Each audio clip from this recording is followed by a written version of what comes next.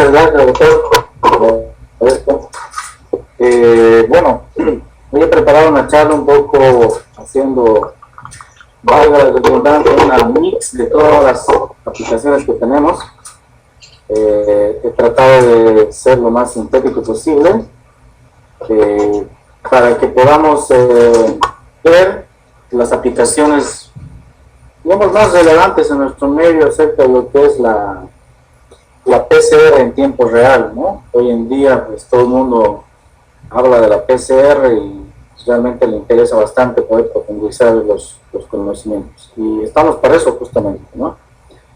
Una vez más, quiero agradecer al doctor y al Colegio de Bioquímica de Tarija por todo lo que, por toda esa iniciativa, ¿no? Y la idea es de que sigamos haciendo más cosas más adelante, ¿ya? Entonces, vamos a empezar para hacer esta presentación acerca de las aplicaciones en biología molecular.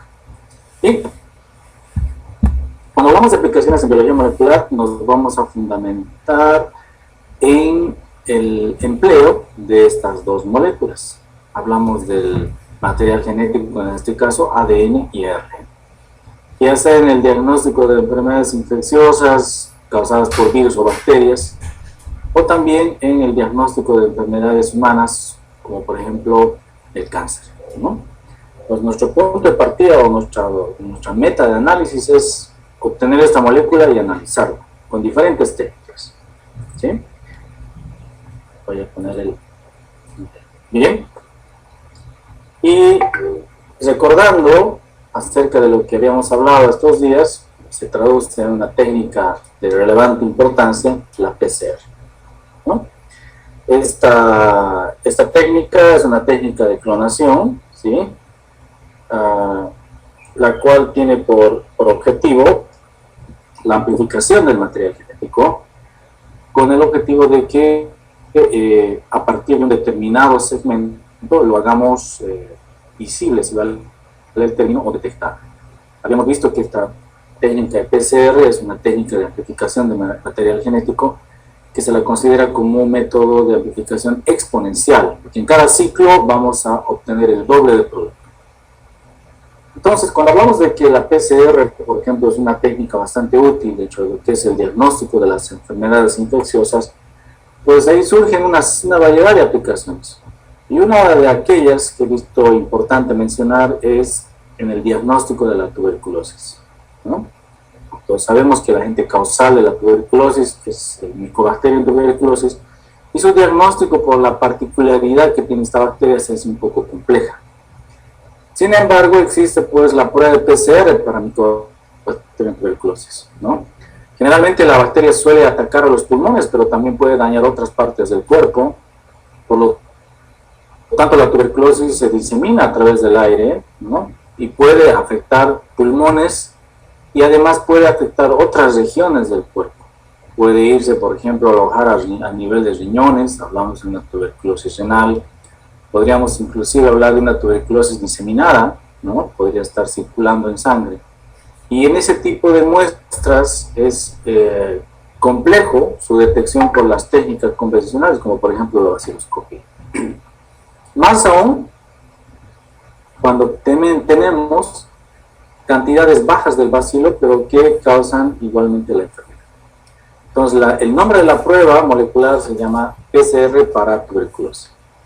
El diagnóstico convencional, sabemos que es la baciloscopía, la cual posee una baja sensibilidad. El cultivo mejora la sensibilidad, pero toma tiempo, estamos hablando de 45 a 60 días, y no se puede utilizar una variedad de muestras, por ejemplo, por las técnicas convencionales, cuando sospecha el médico de una tuberculosis diseminada. Entonces, hacer el diagnóstico por metodologías convencionales para identificar al Mycobacterium tuberculosis en una muestra de sangre es complejo. Opciones, PCR. Entonces tenemos a la PCR como una alternativa, una estrategia de diagnóstico con ventajas. ¿Y cuáles son aquellas? Principalmente la mayor sensibilidad, vamos a poder detectar cantidades bajas del bacilo en diferentes tipos de muestras, independientemente, ¿sí?, de la naturaleza de la muestra, podemos hacer la PCR con una especificidad de hasta el 100%. ¿Cuáles son las muestras que, por ejemplo, podríamos utilizar para hacer PCR y detectar al Mycobacterium tuberculosis? ¿Podemos hacer PCR en esputo? Pues sí lo podemos hacer. Situaciones en las que, por ejemplo, hay una dificultad para que se tome la muestra. Tal es el caso de un niño que difícilmente va a poder proporcionarnos una muestra de buena calidad, pues la poca muestra que podamos obtener o que nos pueda proporcionar este paciente va a ser suficiente como para que por la PCR la podamos identificar al agente causal, en este caso al Mycobacterium. Lavado bronquial, líquido pleural, líquido asítico, líquido pericárdico, líquido cefalorraquídeo, sangre, orina en una tuberculosis renal, algún tejido donde el médico sospecha de la presencia de Mycobacterium, biopsias en parafina. Se puede obtener el Mycobacterium de biopsias parafinadas, la cantidad será suficiente, medio gramo. Y los resultados de la PCR pueden estar entre unas 24 a 48 horas. Dependerá mucho del laboratorio. Otra enfermedad u otro problema en salud es el virus del papiloma humano. Y se lo puede detectar por PCR en tiempo real también. Cuando hablamos de aplicar la PCR en el HPV, la muestra o el análisis en este caso, se denomina PCR para VPH o HPV. El diagnóstico convencional, pues no hay una técnica para su detección, solo por biología molecular. No podemos hacer por otra técnica. ¿Cuáles son las ventajas de aplicar la PCR? Mayor sensibilidad, mayor especificidad, y podemos detectar hasta inclusive 18 cepas de alto riesgo oncogénico. En relación o en comparación de la captura híbrida, que esta solamente va a detectar 13 cepas. Hoy en día existen técnicas o estrategias de PCR con inclusive 24 cepas. ¿Cuál es la muestra para hacer una PCR de HPV? Hisopado de la región del cervix, hisopados genitales, y las muestras pueden ser tanto de mujeres como de varones. Las características o el procedimiento para la toma de muestra es similar a las que establece el protocolo para toma de muestras en el caso del Papa Nicolau. Es más, en algunos países el protocolo para detección de HPV se complementa con un análisis como es el Papa Nicolau, donde se combina la metodología molecular, que es la de HPV, más la prueba del Papa Nicolau. Los resultados pueden estar en 24 o 48 horas. ¿Cuáles son los factores para el cáncer de cuello uterino? Mujeres en un grupo de 25 a 64 años de edad, inicio temprano de relaciones sexuales, múltiples parejas sexuales. De hecho, la infección por el VPH, antecedentes de enfermedades de transmisión sexual, tabaquismo, la deficiencia de folatos y vitaminas como la A, la C y la E, nunca haberse practicado un Papa Nicolau o no realizarse la prueba de detección de VPH o la de PCR en tiempo real o la de la captura. ¿Sí? Cuando hablamos de la prevención del cáncer de cuello uterino, esto se hace usualmente a través de la detección temprana de algunos cambios a nivel celular. Y para esto se realizan pruebas. La prueba tradicional es la prueba de detección para el cáncer cervical, ¿no?, la que conocemos, la prueba de Papa Nicolau. Sin embargo, esta prueba carece de la sensibilidad que uno desearía para hacer un buen diagnóstico. Por esa razón, se complementa la prueba del Papa Nicolau con una prueba de VPH o HPV, que es una técnica que va a detectar al virus del papiloma humano.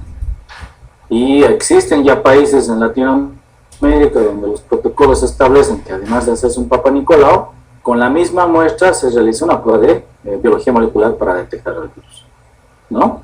Solo de esa manera podemos garantizar un correcto diagnóstico. Sucede que una mujer en el mes de enero se hace un Papa Nicolau y pocos meses después, en el mismo año, tiene sangrado, se hace un análisis de patología y ya tiene un diagnóstico de cáncer, ¿no?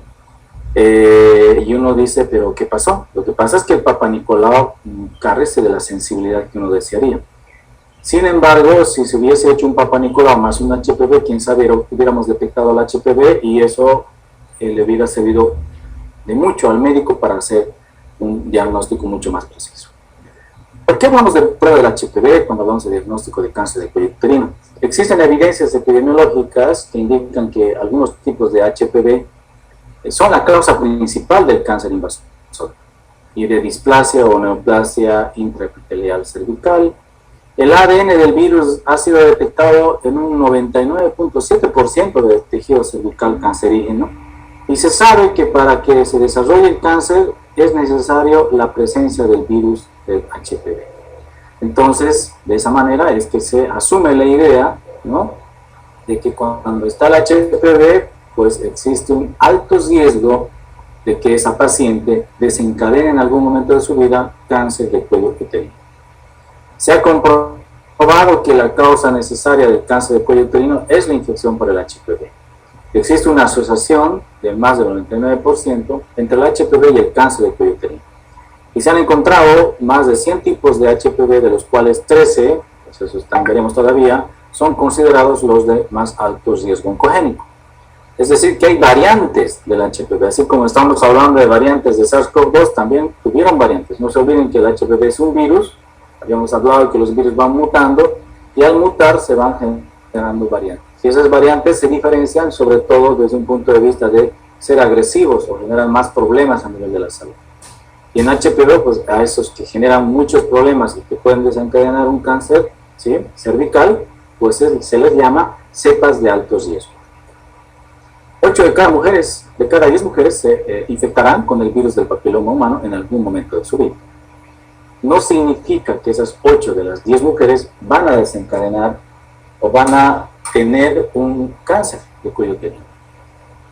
Tendrán esas 8 de cada 10 mujeres un alto riesgo de tener cáncer de cuello uterino. Entonces, ¿qué significa un resultado de la prueba del HPV? Un resultado positivo en esta prueba significa que una mujer tiene el virus del papiloma humano de alto riesgo y esta debería ser observada con especial atención para asegurarse de que la infección desaparezca y que ella no desarrolle células anormales. Un resultado positivo de la prueba del HPV no significa que una mujer tenga cáncer, ¿sí? Tiene alto grado, sí, alta probabilidad, estamos de acuerdo.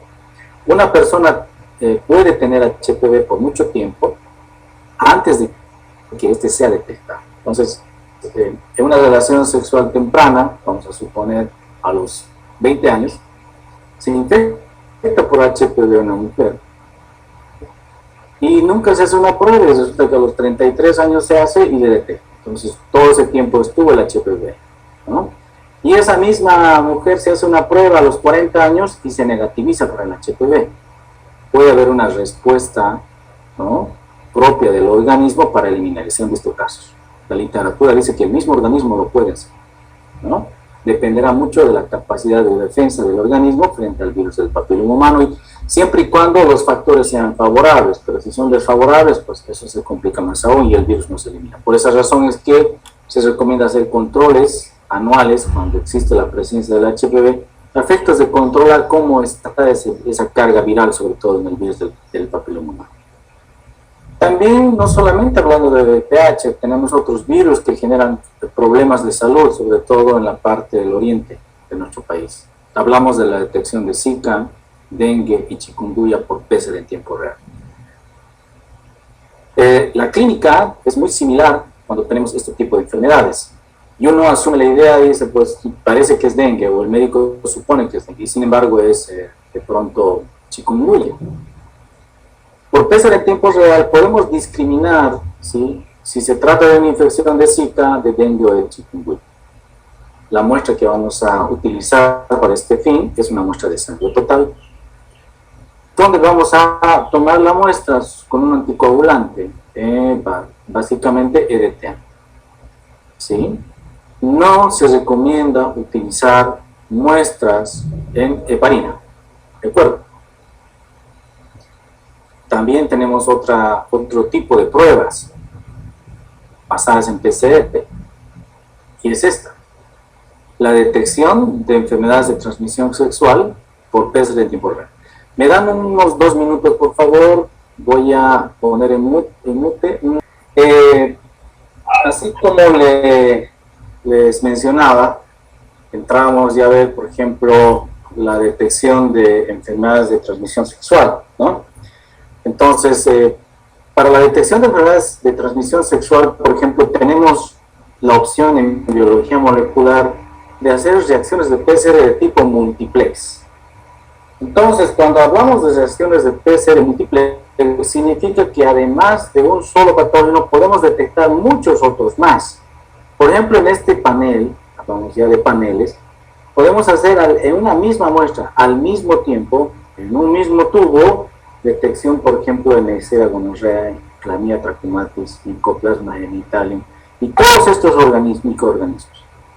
Vean, hablamos de bacterias, hablamos de virus, inclusive de hongos. Entonces, en una sola detección. Ahora, uno diría que estas pruebas son muy caras, sin embargo, al poder hacer reacciones de tipo multiplex, pues esto se abarata mucho más. Entonces, eso hace de que sea más accesible la prueba para un paciente.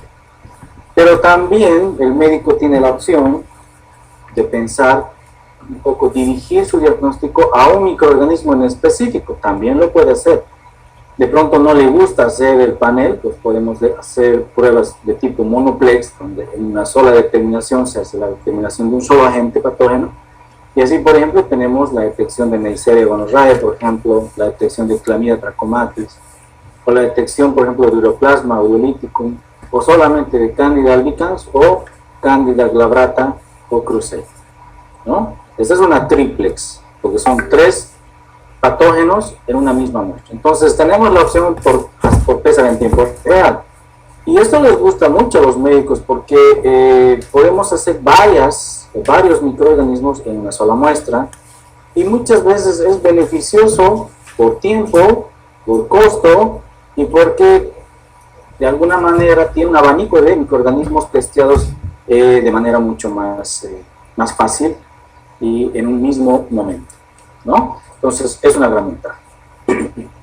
Cuando hablamos de infecciones relacionadas con trasplantes, por ejemplo, trasplantes renales, los pacientes cuando se someten a un trasplante renal, generalmente se someten además a inmunodepresores. Esos inmunodepresores generan bajas defensas, y si en ese organismo, en ese individuo existen algunos virus, estos pueden reactivarse. Y esos virus, al reactivarse, porque el paciente está inmunodeprimido, se puede morir por una infección sistémica generada por causa de este virus, y no por el trasplante. ¿Y cuáles son aquellos virus que están relacionados con este tipo de situaciones? Aspergillus, por ejemplo, el virus de KJC. Además, en este se puede medir la carga viral, que es importante. Si yo detecto en un paciente que se ha realizado un trasplante y sale positivo para virus de KJC, puedo hacer un seguimiento para ver si esto va a mejorar o va a empeorar. Citomegalovirus, Epstein-Barr, herpes simple tipo 1, tipo 2, podemos determinar su carga viral. Y hoy en día también se habla de parvovirus B19 como un agente causal y que genera bastantes problemas en pacientes inmunodeprimidos. Y todas estas opciones de diagnóstico solamente se tiene por PCR en tiempo real, biología molecular. No existe otra opción. Hoy en día hablamos de una situación que se llama, o de una enfermedad, algo coyuntural, y es flurona. ¿Escucharon aceite de flurona? Flurona se denomina una enfermedad que tiene un paciente y es una coinfección por SARS-CoV-2 y por influenza. Entonces, significa que un paciente, y eso está sucediendo en estos días, ¿no? en esta cuarta ola, y resulta que el paciente tiene toda la clínica de COVID, pero se hace la prueba de COVID y sale negativo. Le hacemos la prueba de influenza y sale positivo.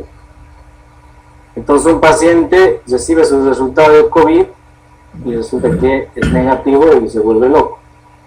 E insiste y dice, pero es que yo tengo y yo estoy en contacto, tengo toda la sintomatología, pero quiere que el reporte sea positivo.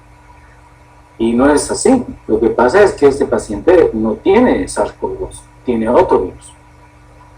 Y esta prueba es una triplex, en realidad es una cuádruplex, porque lo que hace es detecta SARS-CoV-2, detecta a la influenza A, a la influenza B, y además al un virus que es llamado virus sincitial respiratorio.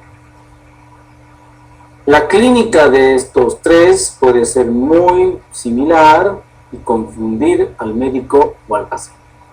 Por lo tanto, ya se han visto casos en Bolivia, nosotros hemos podido identificar también aquello, pacientes donde es positivo para SARS-CoV-2 y es positivo para influenza.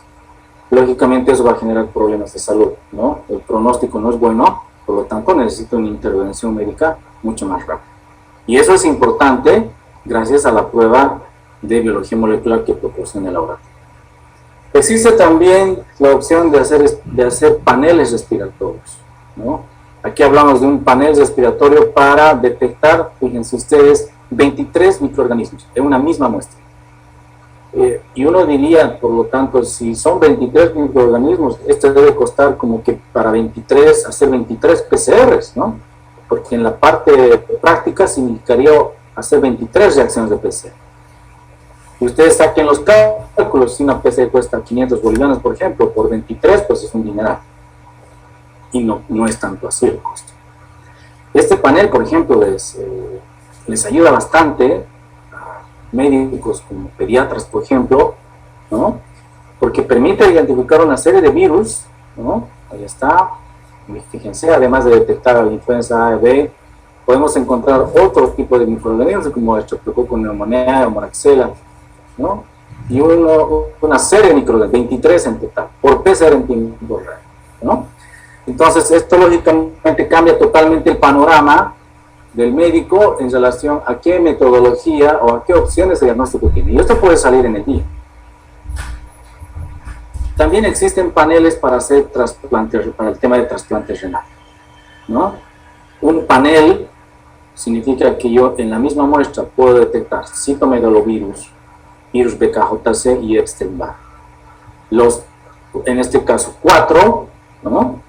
En una sola muestra al mismo tiempo. Y eso es bien importante para mí. Eso es descartando los, digamos, patógenos más importantes que puedo mencionarles y que de pronto son las que más recurrentes son en un laboratorio de diagnóstico molecular cuando hace la detección de agentes infecciosos en pacientes que recurren a la biología molecular. Hablábamos hace un momento antes de iniciar la charla con el doctor Torres y hablábamos acerca de una especialidad que hace tiempo atrás ya se está aplicando en nuestro país y es acerca de las pruebas de ADN. Y eso es biología molecular. Biología molecular aplicada a la resolución de problemas judiciales o a estudios de investigación de paternidad biológica, ¿no? También con aplicaciones en el ámbito criminalístico. Hablamos de la genética forense.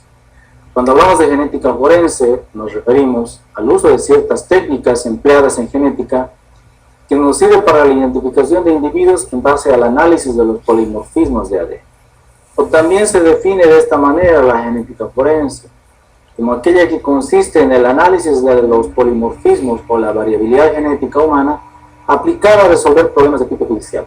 Por ejemplo, un caso de violación, un caso de paternidad biológica, un caso de homicidio o de asesinato, recurre a la biología molecular a través de la genética forense para resolver y encontrar la verdad de los hechos y determinar el grado de culpabilidad o inocencia de un sujeto. Cuando hablamos de biología molecular, el ADN se considera ahí un eslabón en la investigación forense. Sabemos que existen especialidades que van desde la antropología, la biología, la misma prueba del ADN, la dactiloscopía o la toxicología forense, todas estas dentro de la investigación forense para encontrar un resultado. Pero la tecnología preferida no deja de ser el ADN, tanto para los administradores de justicia como también para aquellas personas que buscan identificar o esclarecer un hecho delictivo. existen una serie de muestras que se pueden analizar en el ámbito forense, ¿no? Basadas en el hecho de que el ADN es común en todas las células del cuerpo. El ADN de una persona es el mismo, tanto en una muestra de saliva, en una muestra de orina, en el músculo, en los huesos, en muestras espermáticas, si es un varón, o en los dientes. Todas esas muestras, si provienen de este sujeto, poseen el mismo ADN. Por lo tanto, eso significa que una persona puede dejar cualquier indicio biológico y yo voy a poder identificar. Es posible llegar a identificar a una persona a partir de indicios biológicos muy pequeños, que inclusive pueden llegar a ser invisibles al ojo humano. Así, por ejemplo, vean acá una evidencia tan pequeña, una evidencia biológica, como es un cabello, un pelo. Y ese pelo va a ser suficiente como para poder obtener material genético y saber a quién corresponde. Pues sí, la respuesta es afirmativa. Podemos ser capaces de obtener un perfil genético. Es posible obtener información genética de indicios biológicos, aunque hayan pasado mucho tiempo desde el momento que fueron dejados. Podemos encontrar restos cadavéricos, ¿no? Podemos encontrar ya restos óseos que han transcurrido mucho tiempo expuestos a factores adversos. Pero estas piezas dentarias podrían darnos información genética, sí. Si recuperamos esas piezas dentarias y logramos obtener la pulpa dentaria, pues podemos lograr obtener un perfil genético que nos permita identificar a este sujeto con absoluta certeza. Y el análisis de ADN está basado en el estudio de unas secuencias, se llaman STRs o secuencias repetidas en tándem, que se encuentran a nivel de nuestro ADN, ¿no? Esos STRs son pequeños fragmentos, ¿sí? Son factibles de un análisis de ADN rápido, funcionan bien aún obteniéndose muestras o indicios biológicos degradados, y el análisis es bastante sencillo, ¿no? ¿Cómo se identifican estos marcadores de tipo STRs en los sujetos? Se los mide una vez amplificados por PCR, y por ejemplo este sujeto puede tener 3 repeticiones de tipo STR, este sujeto en la misma región del genoma puede presentar 4, y esta otra persona puede presentar 2. Entonces lo que hacemos en el laboratorio es medir los tamaños de esos fragmentos para que nos permita identificar y diferenciar a una persona de otra. El ADN de cada persona es única. Sabemos que al ser esto único se puede traducir en una huella genética. Es así que en algunos estados de los estados de Estados Unidos utilizan el perfil de ADN obtenido dentro de su documento de identificación, además de la huella genética. ¿Por qué? Porque es un elemento también que no varía y que es único de cada persona. Eso significa que cada uno de nosotros es único y posee un código genético equivalente a un código de barras que se encuentra en todas y cada una de nuestras células. Si escogiéramos 2 personas al azar, ¿no?, en un grupo, ahora mismo no sé cuántas personas estamos conectados, vamos a suponer que somos 100, vamos a poder encontrar que hay una diferencia de 1 en cada 500 nucleótidos. Al conocer actualmente el tamaño del genoma humano, que está por el orden de 3 por 10 a la 9 bases, y como sé que la diferencia es 1 de cada 500, hago una regla de 3 y puedo establecer que existen por lo menos 6 por 10 a las 6 bases diferentes. Es decir, que 2 personas escogidas al azar pueden ser 1.000.000 de veces diferentes. Eso genera la posibilidad de hablar de una huella genética o perfil genético que es único de cada sujeto. ¿Y cómo se heredan estos tipos de ADN que se analizan en el laboratorio? Debemos partir del hecho de que a nivel de la célula humana existe una estructura al interior que se llama núcleo. Al interior del núcleo está el ADN nuclear, ¿sí? Pero también en la célula humana existen unas organelas que se llaman mitocondrias. Esas mitocondrias poseen su propio ADN y a ese se llama ADN mitocondrial. ¿Y cómo se hereda el ADN nuclear? Principalmente el autosómico, porque el autosómico se refiere a los 22 pares de cromosomas, sin tomar en cuenta el cromosoma sexual, al par del cromosoma sexual, que es el par 23.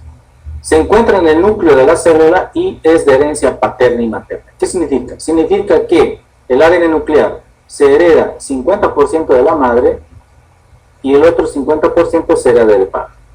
Por lo tanto, esto se ajusta de una manera ideal para hacer estudios de filiación, como por ejemplo establecer la paternidad biológica. Si yo conozco el ADN de la madre, nada más me queda tomarle la muestra al supuesto padre y ver si ese 50% viene o no del papá. No ocurre esto que se acaba de mencionar cuando hablamos del ADN mitocondrial. El ADN mitocondrial, dice, se encuentra en las mitocondrias y es de herencia solo de la madre. Es decir, que la mamá transmite la información genética de la mitocondria al 100% a su descendencia. Por lo tanto, el ADN mitocondrial no me serviría para hacer estudios de paternidad. Solamente podría aplicar para hacer estudios de maternidad. El ADN nuclear o autosómico se hereda 50% de la madre, en este caso la parte roja, digamos que le va a transferir a su descendencia, y el otro 50%, que es la parte blanca, debería venir del supuesto papá. Si el papá no posee este color blanco, que es el otro 50%, pues estamos seguros de que no es el padre y es otro el padre biológico. Así se hace la comparación cuando se hace un estudio de ADN con fines de establecer la paternidad biológica. ¿Se acuerdan de los cromosomas sexuales que les mencionaba? En el caso de los varones, poseemos los varones un cromosoma sexual que se llama el cromosoma Y. Este cromosoma Y, o cromosoma Y, como quieran llamarlo, es importante para hacer estudios de filiación en ausencia de padre. ¿Cómo se hereda esto? Vean ustedes. La transmisión del cromosoma Y es equivalente a la transmisión del apellido paterno. Es decir, que se transmite de forma intacta el cromosoma Y a los hijos varones. Por ejemplo, este señor transmite de forma idéntica a este hijo y a este hijo. Y este supuesto papá, llamémosle así porque no sabemos todavía lo que va a pasar, tiene descendencia con esta señora, tiene un hijo varón y una hija. Y de pronto fallece. Y la duda es si realmente él, este supuesto hijo, es hijo biológico de este supuesto padre. Vamos a asumir que yo no puedo optar por las muestras cadavéricas. No se puede, no hay forma, lo incineraron. Cuando está incinerado un cadáver, ya no hay huesos, no hay forma de hacer un estudio de ADN. Entonces queda una opción. Sabemos que es varón el supuesto hijo, entonces podemos encontrar una relación directa de herencia respecto del tío o del abuelo. Porque el abuelo transmite información genética idéntica a estos, y ahora convirtiéndose en papá, le tuvo que transmitir de igual manera intacto su información genética a nivel del cromosoma Y. Entonces tengo dos opciones de análisis: hacer un estudio del supuesto hijo respecto del supuesto tío, o hacer un estudio del supuesto hijo versus el supuesto abuelo. Y si encuentro similitud del ADN, pues estoy seguro de que sí es el supuesto hijo de este padre fallecido. Pero si encuentro que no es igual, pues estoy seguro de que este señor no tiene ninguna relación por patrilineal con el supuesto o con los familiares del supuesto padre. Entonces esto nos permite identificar linajes, ojo, no personas. Pero es una herramienta valiosa, ¿no creen? Porque habiendo fallecido el papá y no teniendo la muestra del supuesto padre, de igual manera podemos hacer los estudios para esclarecer la verdad de los hechos. En conclusión, ni de muerto no se puede salvar. ¿Sí? ADN mitocondrial. Sabemos que el ADN mitocondrial es de herencia netamente materna. La mamá es la que transmite las mitocondrias a la siguiente generación. Independientemente del sexo, la mamá le transmite su ADN mitocondrial a esta hija, a este hijo varón o a esta chica. Y vean acá, tenemos un estudio, ¿no?, donde queremos establecer la maternidad biológica de esta supuesta hija respecto de esta supuesta madre.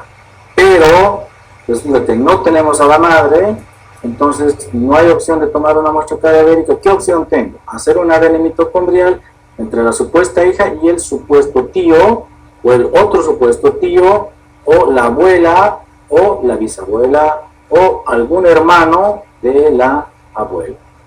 Entonces ven ustedes que de alguna u otra forma se hace el análisis y podemos llegar a obtener información genética importante para esclarecer el hecho y llegar a un resultado. Y esta herramienta, conocida como análisis de ADN mitocondrial, se ajusta en cierto tipo de situaciones. El empleo del ADN en criminalística es importante, ¿no? Muchos han debido ver la serie CSI.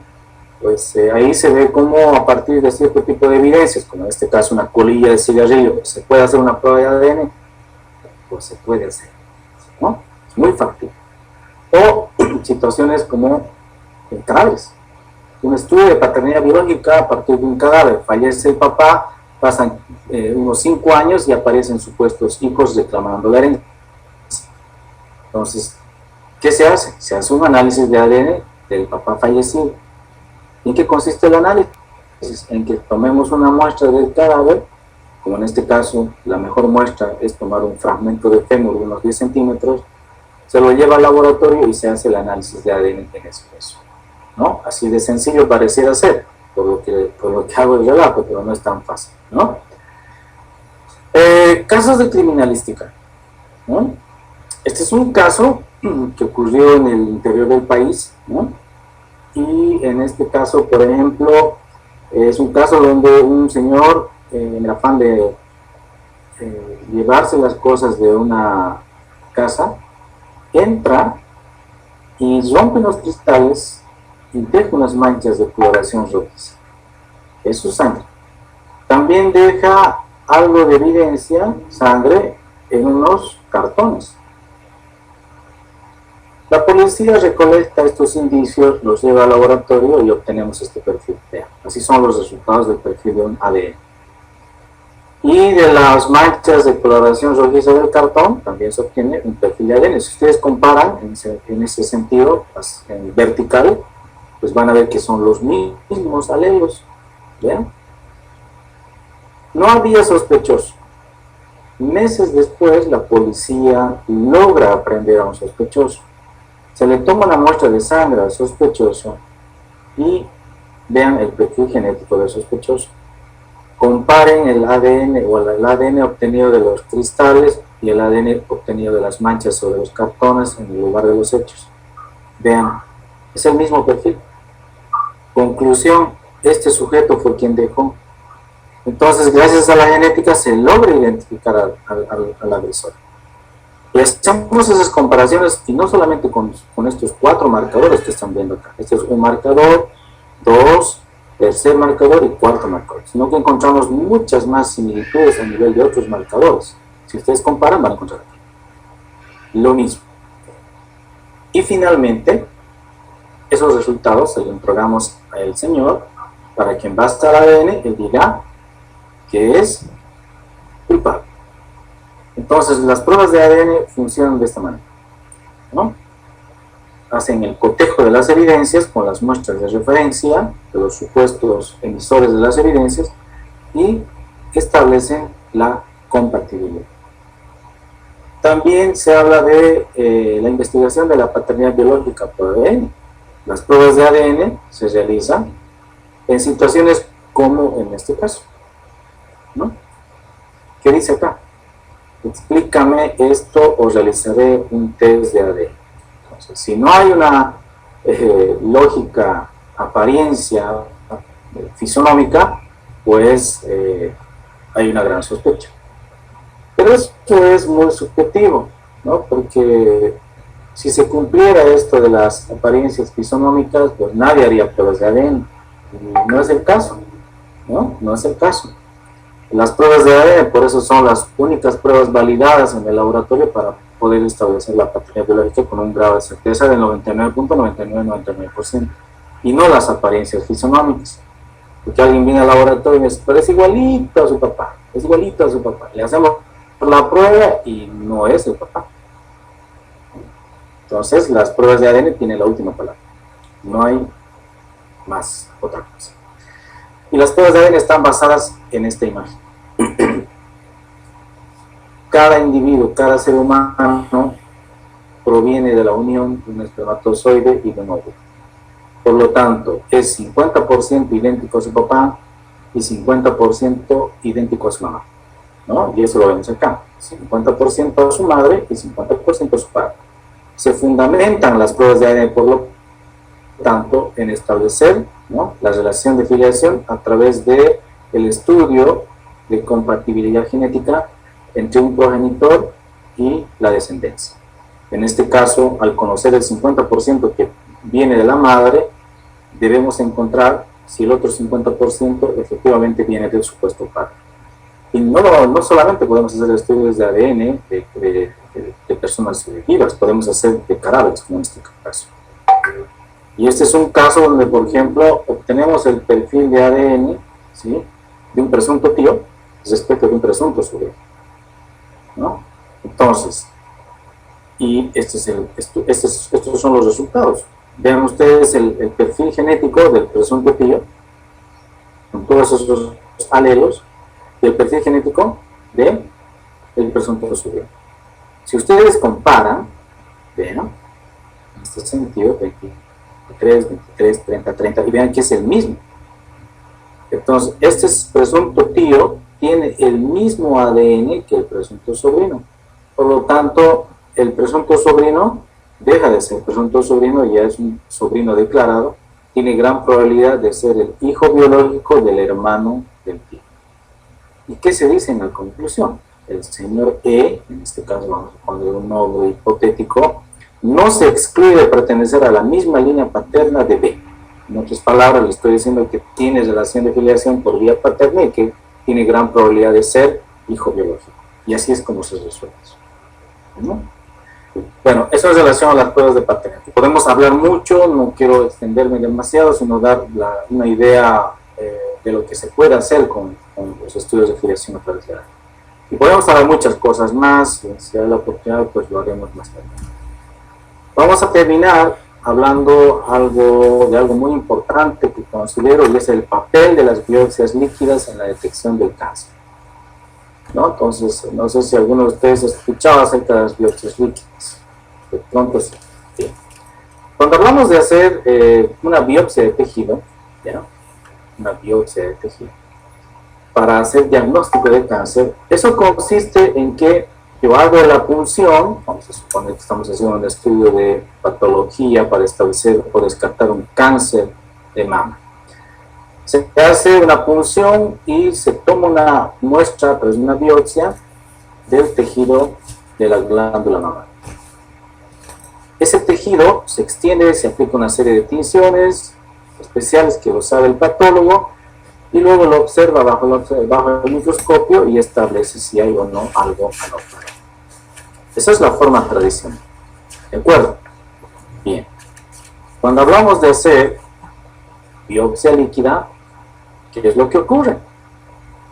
Cualquier órgano que tenga células anormales, vamos a asumir la idea de que ya es un cáncer, esas células van eliminando material genético canceroso, por cierto, de las células cancerígenas, y ese material genético lo libera al torrente sanguíneo circulante del sujeto. Por lo tanto, como yo tengo el ADN que está circulando, y es un ADN de células cancerígenas, yo no necesito tomarle una muestra o una biopsia a esa persona. Nada más le tengo que tomar una muestra de sangre periférica. Le tomo una muestra de sangre periférica, ¿no?, y una vez que tomo la muestra de sangre periférica, puedo detectar en la sangre periférica si hay o no ADN tumoral circular. Entonces, aquí puedo llevarme sorpresas y encontrar ADN tumoral que tiene relación con un cáncer de pulmón, y yo no es necesario que le haga una punción en el pulmón. He encontrado ADN cancerígeno, y ¿sabes?, de un cáncer que ni siquiera sospechábamos, ¿no? Entonces, a esto se llama biopsia líquida, ¿no? Es una muestra líquida en la que podemos encontrar información genética importante para hacer diagnóstico de cáncer. Eso no es una ventaja, por supuesto que sí, ¿no? Entonces, la biopsia líquida se resume en que tomo una muestra de sangre, hago el análisis de ADN, ya sea por secuenciación masiva o por PCR digital, ¿no? La PCR digital es una estrategia también de hacer PCR, es una variante, pero no se la utiliza mucho porque es más para hacer desarrollos in-house, ¿no? Entonces, el usuario tiene que crear sus primes, tiene que crear, armar su kit, si vale el término, ¿no? No hay mucha información, tampoco hay muchas compañías donde aplican la PCR digital para hacer estudios de oncología. Sin embargo, la secuenciación masiva se está convirtiendo en la técnica gold estándar para la investigación y el diagnóstico del cáncer. Cuando hablamos de secuenciación masiva, es la nueva herramienta para el diagnóstico del cáncer. Entonces, la nueva técnica promete detectar biomarcadores de cáncer en la sangre. Nos estamos refiriendo a la secuenciación de nueva generación. Cuando hablamos de diagnóstico del cáncer, pues tenemos dos opciones, diagnóstico convencional y el diagnóstico del futuro. Cuando hablamos de diagnóstico convencional, podemos decir que la biopsia de tejido, ¿sí?, es la mejor opción.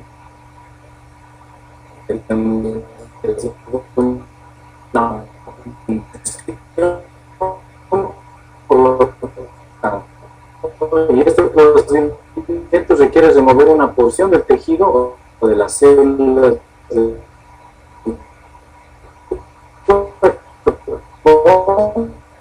pulmón, porque no tiene suficiente tejido para la muestra. Lógica. El futuro dice la biopsia líquida. Con esta técnica basta con extraer una muestra de sangre sin hacer tratamiento también.